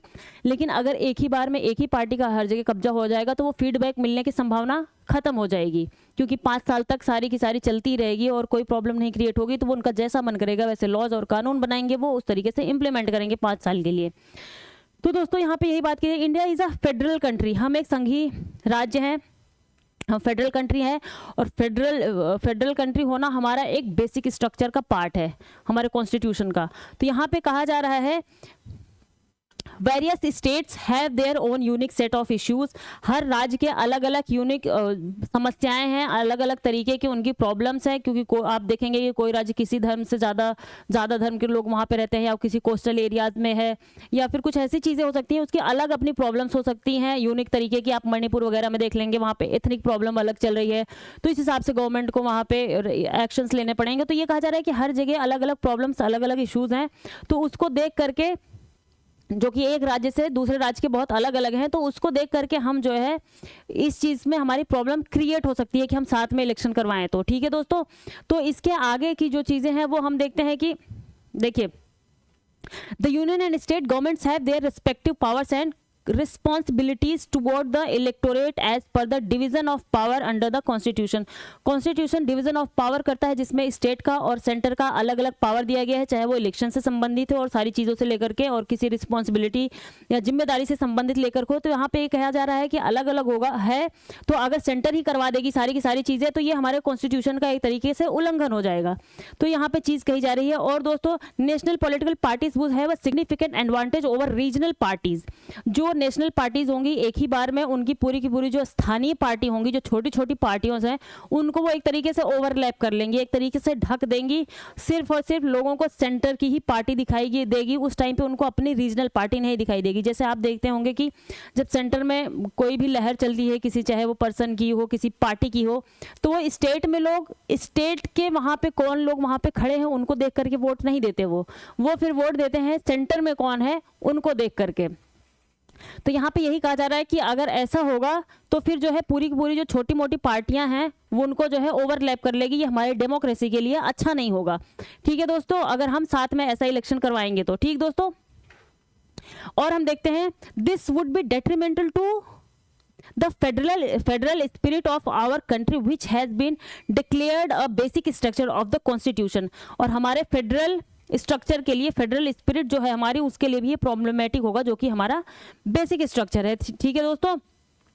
Election also serve as an effective feedback mechanism for government in power. जैसे मैंने आपको कहा कि चुनाव जो होता है वो एक तरीके से गवर्नमेंट को फीडबैक देने का एक तरीका होता है लोगों का। डेमोक्रेसी में जैसे हम लोग हैं, हम गवर्नमेंट को किस तरीके से जवाब दे सकते हैं, हमारे पास वोटिंग राइट ही तो है, जिसकी वजह से हम गवर्नमेंट को डायरेक्टली जवाब दे सकते हैं कि आपने अच्छा काम नहीं किया तो हम यहाँ पे आपको वोट नहीं दे रहे हैं। तो डायरेक्ट अगर नहीं ऐसा हमें हमारे हाथ से ये एक तरीके से अधिकार चला जाएगा, यहाँ पे ये बात कही जा रही है।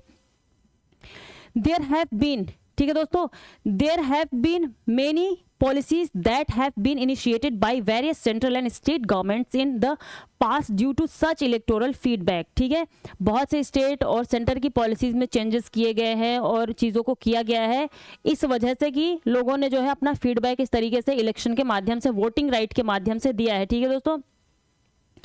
If election are held only once in 5 years, it can affect this process। वही कहा जा रहा है कि अगर हम 5 साल में एक बार इलेक्शन ऐसा करेंगे तो हमारे इस सारे प्रोसेस को ये अफेक्ट करेगा। ठीक है दोस्तों।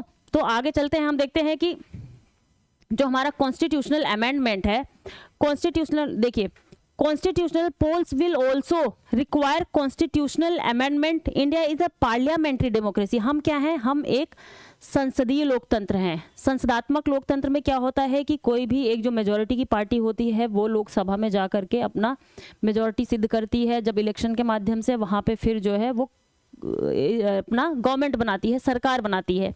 तो यहाँ पे यही कहा जा रहा है कि हम एक जो है पार्लियामेंट्री डेमोक्रेसी है, where the governments at the centre and the state needs to enjoy majority in the Lok Sabha and the legislative assembly respectively. The duration of these houses is 5 years.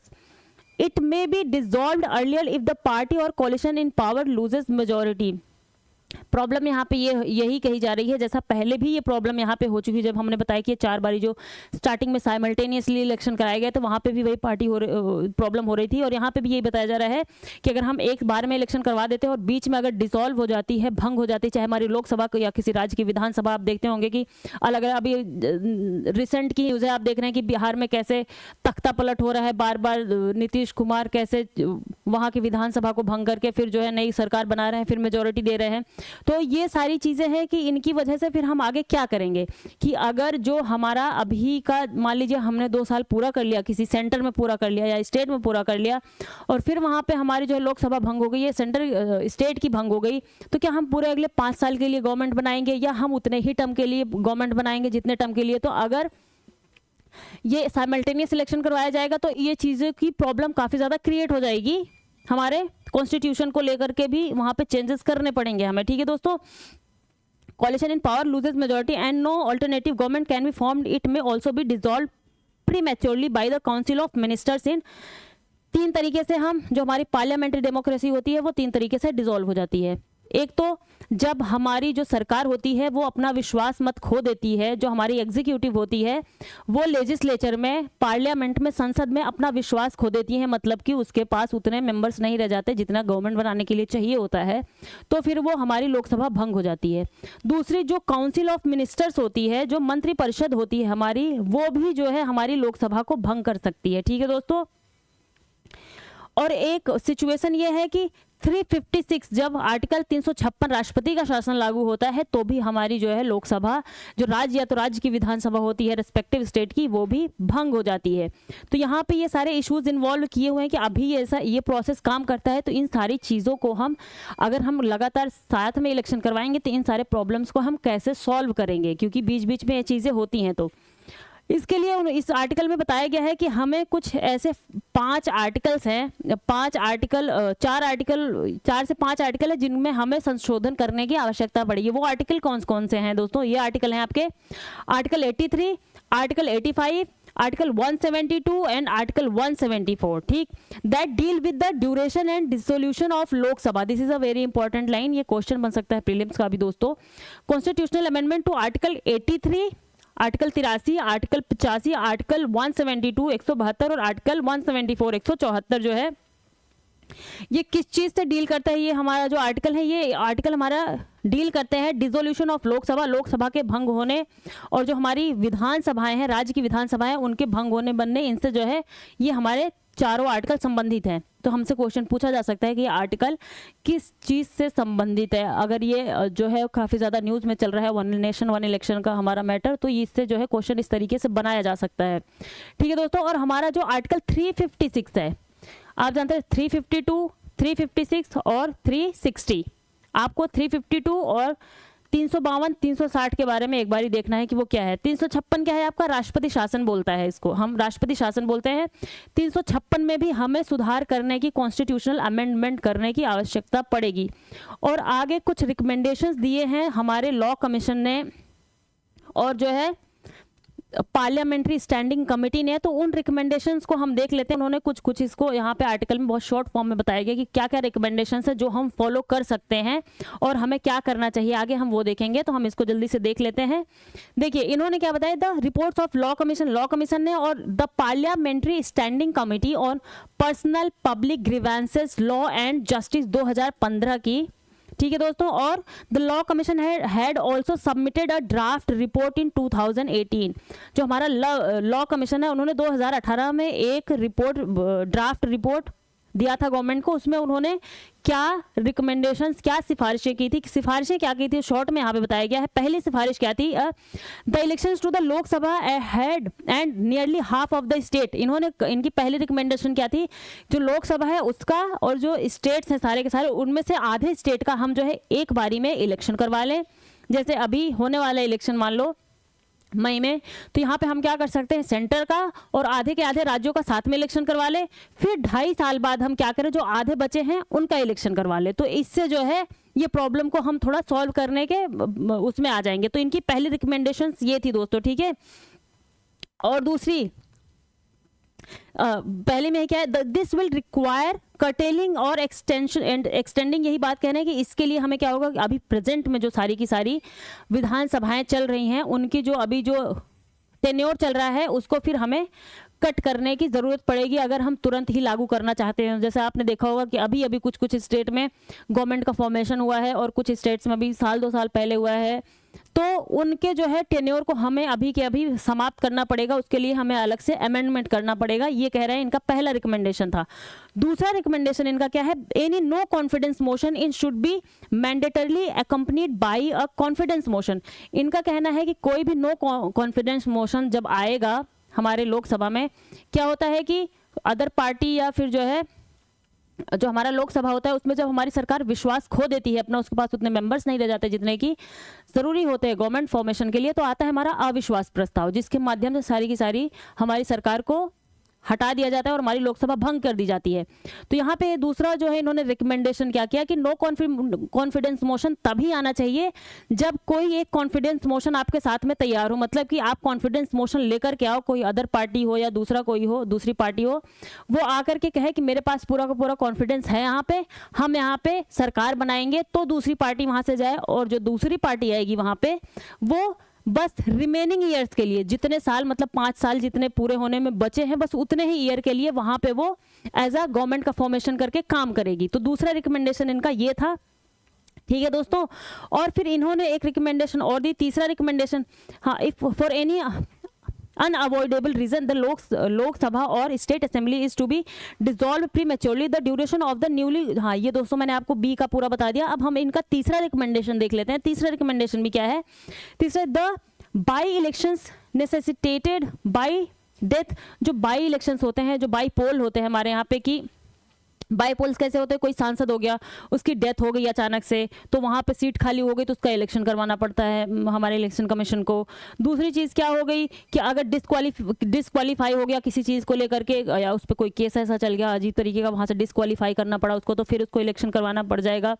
तो इनके लिए, या किसी ने रिज़ाइन ही कर दिया किसी सांसद ने कि अब हम काम नहीं करना चाहते, तो अगर बहुत ज़्यादा ऐसा ज़रूरी हो जाए तो हमें इसके लिए क्या करना है, हमें इन सब का सब ईयर में कोई ऐसा एक टाइम डिसाइड कर लेना चाहिए कि हम जब सारे के सारे जो बाई पोल्स हैं, बाई पोल इलेक्शंस करवाने, हमें वो एक बारी में हम जो है ईयर के किसी एक पर्टिकुलर टाइम पे ये सारे इलेक्शंस को कंडक्ट करवा दे। ठीक है दोस्तों, तो ये सारी की सारी जो है काफ़ी इंपॉर्टेंट जो है चीज़ें थी। और यहाँ पे कहा जा रहा है, देखिए ये कुछ एडिशनल इन्फॉर्मेशन है, इसको हमें ध्यान में रखना है। May be noted that parliamentary democracies like south Africa, इन्होंने साउथ अफ्रीका, स्वीडन और जर्मनी के बारे में हमें कुछ एग्जांपल्स यहाँ पे दिए कि वहाँ पे कैसे काम होता है, जिसको हम अपने यहाँ पे थोड़ा सा लागू करके इस चीज़ को अच्छा कर सकते हैं। क्या बताया कि जो अफ्रीका की गवर्नमेंट है वो भी अफ्रीका में भी, साउथ अफ्रीका में भी क्या है, वहाँ पे भी पार्लियामेंट्री डेमोक्रेसी है, स्वीडन में भी है और जर्मनी में भी है। वहाँ पे पूरे 5 साल का फिक्स टेन्योर होता है। ठीक है दोस्तों, पूरे 5 साल का फिक्स टेन्योर है। Elections to the national assembly and provincial legislation, जो अफ्रीका है वहाँ पे साथ में ही इलेक्शन करवाए जाते हैं। अफ्रीका के जो विधानसभाएं हैं और जो उसकी पार्लियामेंट है सेंटर की, उनके साथ में इलेक्शन करवाए जाते हैं। अफ्रीका में ऐसा होता है।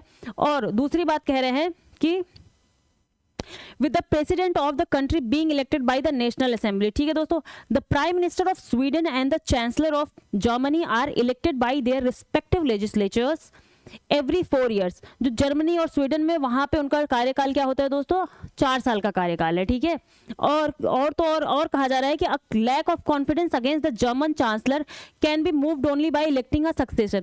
जब जो जर्मन चांसलर होते हैं, वहां पे क्या होता है, उनको अगर हटाना है, उन पे अविश्वास प्रस्ताव लाना है, हम तभी ला सकते हैं अविश्वास प्रस्ताव जब जो है कोई अलग से उनका एक सक्सेसर आ जाए, वहां पे उनको जो है लीड करने वाला एक आ जाए कि हम सरकार बना रहे हैं तभी लाएंगे, अदरवाइज कोई नहीं है ऑप्शन में तो हम नहीं लेकर के आएंगे, हम 4 साल तक उस गवर्नमेंट को चलने देंगे।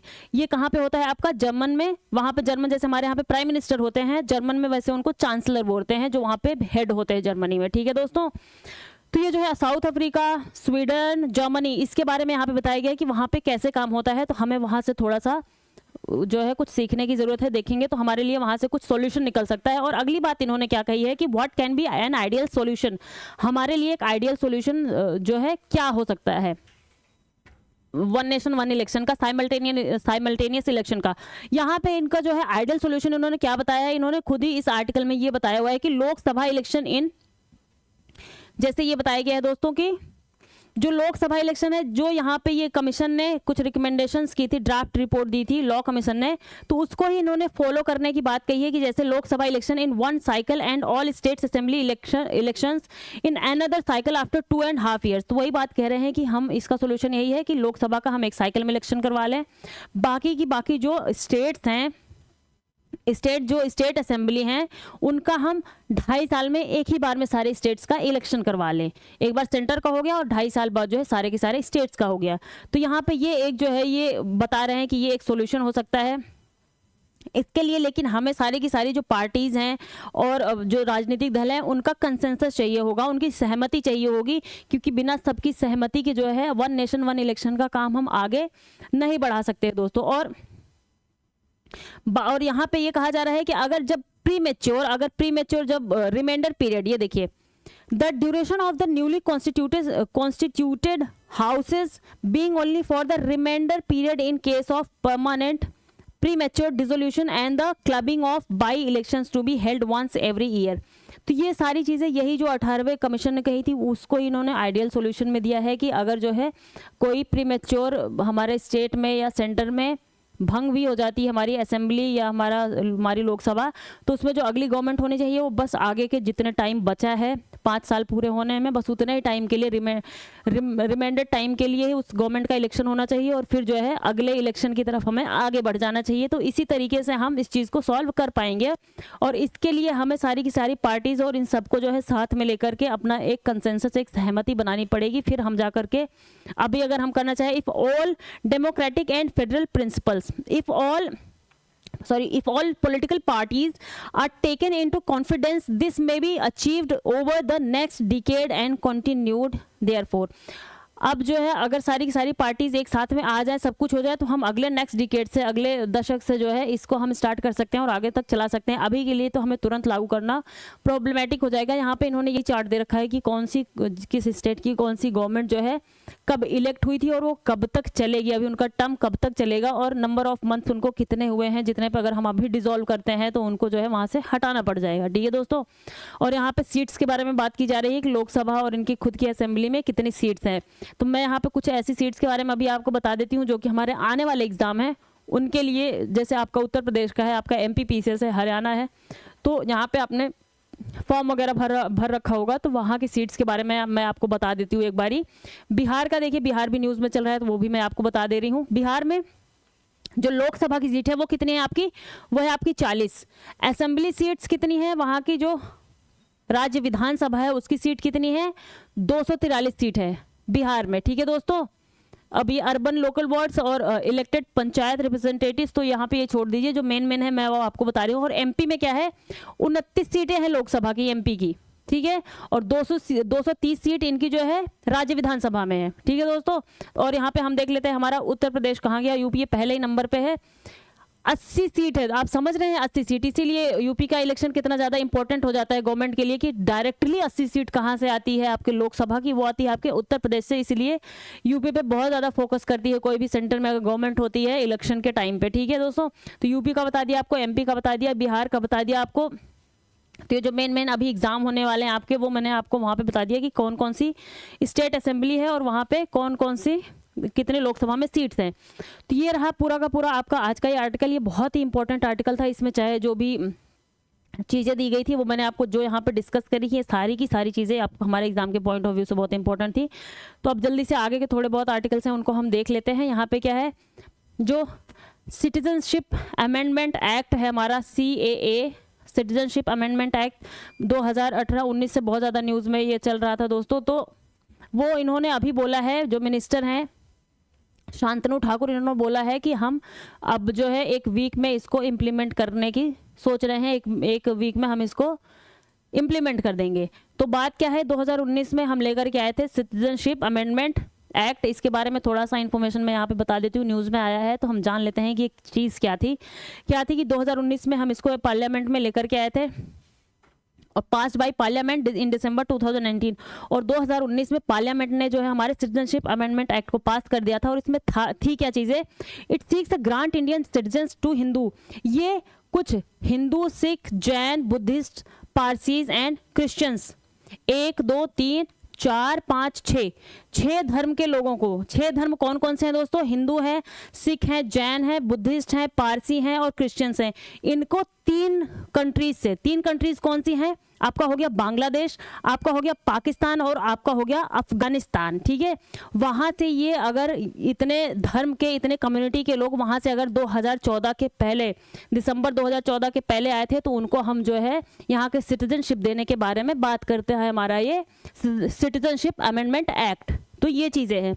और यहाँ पे एक कम्युनिटी की बात की जा रही है जिससे ये शांतनु ठाकुर उसी कम्युनिटी से आते हैं। वो कम्युनिटी का आपका क्या नाम है, वो आपका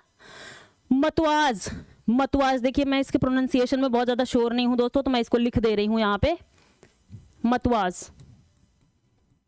ये है कम्युनिटी जिसने जो है CAA के बारे में काफ़ी ज़्यादा इश्यूज रेज किए थे और बोला था कि जल्दी से जल्दी इसको लागू कीजिए, इसको जल्दी से जल्दी लागू कीजिए। तो ये कम्युनिटी कौन सी है आपकी, मतवाज। ये क्या है, शेड्यूल्ड कास्ट है आपके, कहाँ पे, वेस्ट बंगाल में। काफ़ी ज़्यादा ये वेस्ट बंगाल की शेड्यूल्ड कास्ट में। मतवाज constitute a large chunk of the states scheduled caste. State की जो वेस्ट बंगाल है वहाँ की स्टेट की शेड्यूल्ड कास्ट की बहुत जो है पार्ट को ये कवर करता है। और इसी से आते हैं ये शांतनु ठाकुर, जो जिनको इसीलिए इन लोगों ने इलेक्ट किया था कि ये जाकर के सिटीजनशिप अमेंडमेंट एक्ट को जल्दी से जल्दी यहाँ पे लागू करवाएंगे हमारे यहाँ पे। ठीक है दोस्तों, और ये जो मतवाज हैं ये क्या है, state schedule caste population had been migrating to West Bengal since the 1950। 1950 से ये जो हमारा ईस्ट पाकिस्तान है, आज के टाइम पे उसको हम बांग्लादेश कहते हैं, पहले वो ईस्ट पाकिस्तान कहलाता था, वहाँ पे उनके ऊपर कुछ अत्याचार हुए, तो लगातार 1950 से वो जो है हट के भाग करके बंगाल में जो है एंट्री कर रहे थे। और भी ये कह रहे हैं कि इसलिए इनके लिए ये सिटीजनशिप अमेंडमेंट एक्ट जो है बहुत ज़्यादा इंपॉर्टेंट हो गया। ये हिंदू कम्युनिटी से बिलोंग करते हैं और ये शेड्यूल्ड कास्ट में आते हैं। बंगाल के शेड्यूल कास्ट को काफ़ी ज़्यादा मेजॉरिटी में है बंगाल की शेड्यूल कास्ट में। तो इन्होंने जो है इस चीज़ को लेकर के काफ़ी आवाज़ उठाई कि हाँ इसको जल्दी से जल्दी लागू किया जाए। तो मैंने आपको यहाँ पे मतवाज कम्युनिटी के बारे में बता दिया। और एक कम्युनिटी और भी है, West Bengal chief minister Mamata Banerjee advise people in Cooch Behar particularly the from the Rajbanshi community, ये भी शेड्यूल कास्ट होती है दोस्तों, to ensure that their names were on the voters. इनका कहना है कि ममता बनर्जी की ये लोग जो है इनका नाम वोटर लिस्ट में हो, पता चले कि ये लोग वोटर लिस्ट से जो है इनका नाम गायब ना हो जाए। कुछ ऐसे क्लैशेस चलते हैं सिटीजनशिप अमेंडमेंट एक्ट को लेकर के, जिसके पक्ष में ममता बनर्जी ज़्यादा नहीं थी इस सिटीजनशिप अमेंडमेंट एक्ट को लागू करने को लेकर के, जिसको हमारी लोकसभा ने पास किया था। तो यहाँ पे कुछ कम्युनिटी थी और मैंने आपको बता दिया सिटीजनशिप अमेंडमेंट एक्ट में क्या प्रोविजंस है। जो 2014 से पहले ये 6 कम्युनिटीज़ के लोग, 6 कम्युनिटीज़ कौन कौन सी थी दोस्तों? हिंदू, सिख, जैन, बुद्धिस्ट, पारसीज और क्रिश्चियंस। कहाँ कहाँ से? बांग्लादेश, पाकिस्तान और अफगानिस्तान से जो है एंट्री किया था दिसंबर 2014 से पहले। तो उनको हम सिटीजनशिप देने की बात करता है हमारा ये सिटीजनशिप अमेंडमेंट एक्ट। तो यहाँ पे कुछ छोटे छोटे कुछ फैक्चुअल और थोड़ा इंपॉर्टेंट जो है डेटा निकला हुआ दोस्तों, तो मैंने सोचा आपको ये भी शेयर कर दूँ। The share of Indians still using biomass of cooking, ठीक है, 41 इन परसेंटेज, अभी भी 41% लोग खाना बनाने में बायोमास का यूज़ करते हैं। बायोमास क्या होती है दोस्तों? जैसे जो लकड़ी, उपले, गोबर के जो बनाते हैं लोग, इनसे जो है वो अभी भी हमारे देश की 41% जनसंख्या वो क्या करती है? खाना बनाने के लिए 41% लोग बायोमास का यूज़ करते हैं। जिससे क्या होता है दोस्तों कि इससे पोल्यूशन बहुत ज़्यादा, ये हमारे पोल्यूशन में कंट्रीब्यूट बहुत ज़्यादा करता है। इसीलिए हमारी गवर्नमेंट ने उज्ज्वला योजना वगैरह के तहत लोगों को फ्री सिलेंडर देने का प्रावधान किया था, जिससे लोग सिलेंडर और नेचुरल गैस का यूज़ करें, जिससे हम पोल्यूशन के जो हमारे टारगेट्स हैं उनको हम कम कर सकें, उसको हम मीट कर सकें। देखिए 41% इंडियंस रिलाइंग ऑन वुड, लकड़ी, काउ डंग और other biomass as cooking fuel emit around 340 million tons of carbon. आप देख रहे हैं 340 million tons of carbon dioxide into the environment every year, which is about 13% of India's greenhouse gas emission. सोच रहे हैं बहुत ज़्यादा अच्छी मात्रा में कंट्रीब्यूट कर रहा है हमारे ग्रीन हाउस गैस एमिशन में। 41% लोग जो है कुकिंग के लिए गोबर और लकड़ी का यूज करते हैं। इससे हर साल ही हमारे इन्वायरमेंट में 340 मिलियन टन कार्बन और डाइऑक्साइड का एमिशन होता है हमारे इन्वायरमेंट में, और जो कि ये पूरा कंट्रीब्यूट करता है हमारे ग्रीन हाउस गैस में। कितना कंट्रीब्यूट होता है इसका कार्बन डाइऑक्साइड का? 13% का। ठीक है दोस्तों, तो काफ़ी इंपॉर्टेंट फैक्ट था जिसको हम कोट कर सकते हैं कहीं पे, और हमारे प्रीलिम्स में भी एज अ ऑप्शन के तौर पे आ सकता है, क्योंकि इतना इंपॉर्टेंट फैक्ट है। तो आप देखते होंगे कि आजकल प्रीलिम्स के ऑप्शंस में काफ़ी फैक्चुअल चीज़ें भी पूछे जाने लगी हैं, और ये जब न्यूज़ में निकला हुआ है तो हमें इसको डिस्कस करना ही चाहिए। तो यहाँ पर मैंने आपको ये बता दिया। और अगली चीज़ ये भी है काफ़ी इंपॉर्टेंट हमारे लिए, ये दोस्तों मैंने कहीं पे एक बारी किसी प्रीवियस ईयर क्वेश्चन में भी देखा था, पढ़ा था ये गोल्ड के बारे में कि कितना हमने गोल्ड इंपोर्ट किया या कुछ एक्सपोर्ट किया, ऐसा चीज़ था। तो यहाँ पे मैंने ये न्यूज़ देखी तो मैंने सोचा ये आपको बताना ज़रूरी है, क्योंकि ये फिर से भी ऐसे क्वेश्चंस उठाए जा सकते हैं। The increase in gold imports from April to December, अप्रैल से दिसंबर कितना था हमारा गोल्ड का इम्पोर्ट, कितना इंक्रीज हुआ? 26.7% का। यार हम लोग सोना तो बहुत ज़्यादा पहनते हैं हम इंडियंस, कहने के लिए हम इतने गरीब हैं, लेकिन हमारे यहाँ पे सोना इतना ज़्यादा आता है इंडिया में। देखिए अभी हम वर्ल्ड के, India is the world's second largest gold consumer after China. China के बाद, चाइना सबसे बड़ा ज़्यादा गोल्ड का कंज्यूमर है, उसके सेकंड नंबर पे हम आते हैं इंडियंस, जो कि हम गोल्ड का इतना ज़्यादा कंज्यूम करते हैं। आप देखते हैं कि जैसे जब भी दीपावली आने वाली होती है उसके पहले लोग इतने ज़्यादा सोने वगैरह खरीदने लग जाते हैं, और लोग इसको एक तरीके का, जो घर की औरतें होती हैं वो सब इसको अपना एक तरीके का इन्वेस्टमेंट मानते हैं कि हम इसमें लगा करके रख देंगे तो ये हमारा एक तरीके का इन्वेस्टमेंट हो जाएगा, जो कि हमारे लॉन्ग टर्म तक के लिए बचा भी रहेगा, और इसकी प्राइजेस जब हाई करेंगी तो ये हमारे लिए फ़ायदेमंद भी हो सकता है। तो इस तरीके का भी मान के लोग रखते हैं। तो 26.7% India's gold imports which have a bearing on the country's current account deficit, current account deficit के ऊपर इसका काफ़ी इम्पैक्ट है। Increased to 30.95 billion during April December. वाह, देख रहे हैं आप दोस्तों, December of this physical year India is the world second largest gold consumer after China. ठीक है दोस्तों, तो ये कुछ फैक्ट था जो मैंने आपको यहाँ पे बता दिया है, आप इसको देख लीजिए। तो इसी के साथ में दोस्तों हमने आज का सारा आर्टिकल कवर कर लिया है, बहुत ही विस्तार में, बहुत ही अच्छे तरीके से, सारे इंपॉर्टेंट फैक्ट्स और पॉइंट्स के साथ में। तो हमने जो भी द हिंदू में था सब कवर कर लिया। इसी के साथ में आप देखेंगे यहाँ पे आपको दिख रहा है कि फाउंडेशन बैच चल रहा है हमारा एनसीईआरटी का, बाइलिंगुअल में हिंदी इंग्लिश दोनों ही लैंग्वेज में चल रहा है। आप किसी में भी ज्वाइन कर सकते हैं। और हम यहाँ पे आपको बेसिक से लेके एडवांस तक की एनसीईआरटी पढ़ाएंगे, क्लास 6 से लेकर के 12 तक का पढ़ाएंगे। तो इसका नाम ही जैसा आप जानते हैं कि बेसिक टू एडवांस, और ये आपका फाउंडेशन बैच है। तो फाउंडेशन बनाने के लिए हम एनसीईआरटी पढ़ते हैं। जब हम यूपीएससी या यूपीपीसीएस स्टेट पीसीएस के एग्ज़ाम को क्रैक करने की कोशिश करते हैं तो हम पहले फाउंडेशन बनाते हैं। तो यहाँ पे आप एनसीईआरटी का ये कोर्स परचेज कर सकते हैं, जिससे आपके फाउंडेशन को मजबूती मिलेगी दोस्तों। और दूसरी चीज़ हमारी टेस्ट सीरीज चल रही है, वो क्या है, ARO की टेस्ट सीरीज है, जहाँ पे आपको 60 टेस्ट मिलेंगे सिर्फ और सिर्फ 75 रुपीज़ में। ये भी जो है आपकी बाइलिंगुअल है, हिंदी और इंग्लिश दोनों ही मीडियम में आपको ये अवेलेबल हो जाएगी। और ये आपकी ऑनलाइन और ऑफलाइन दोनों ही मोड में, जैसा आप लोग जानते हैं ARO का आपका एग्ज़ाम बहुत ही नज़दीक है। तो जा करके जल्दी से जल्दी आप इस सस्ते और क्वालिटेटिव टेस्ट सीरीज़ का फ़ायदा उठाइए और अपने एग्ज़ाम को मजबूत बनाइए दोस्तों। और यहाँ पे आप देखेंगे कि आपको 30 टेस्ट मिल जाएंगे सिर्फ और सिर्फ कितने में, 51 रुपये में। ये भी आपका हिंदी और इंग्लिश दोनों ही मीडियम में है, ऑनलाइन ऑफलाइन दोनों मिल रहा है। आप जैसा भी चाहें वैसा इसको ज्वाइन कर सकते हैं। तो इसी के साथ में चलते हैं दोस्तों, आज का हमारा सारा का सारा इंपॉर्टेंट आर्टिकल ख़त्म हो चुका है। जो भी आपके एग्जाम के पॉइंट ऑफ व्यू से इंपॉर्टेंट था मैंने सारा ही कवर करवाया है न्यूज़पेपर में। आप इस पे पूरा का पूरा रिलाई कर सकते हैं हमारे इस जो है डिस्कशन पे। तो इसी के साथ हमें इजाज़त दीजिए। खाते पीते मस्त रहिए, एनर्जी बनाए रखिए और हमारे नोटबुक IAS के चैनल को लाइक शेयर और सब्सक्राइब कीजिए। बहुत बहुत धन्यवाद आप लोगों का।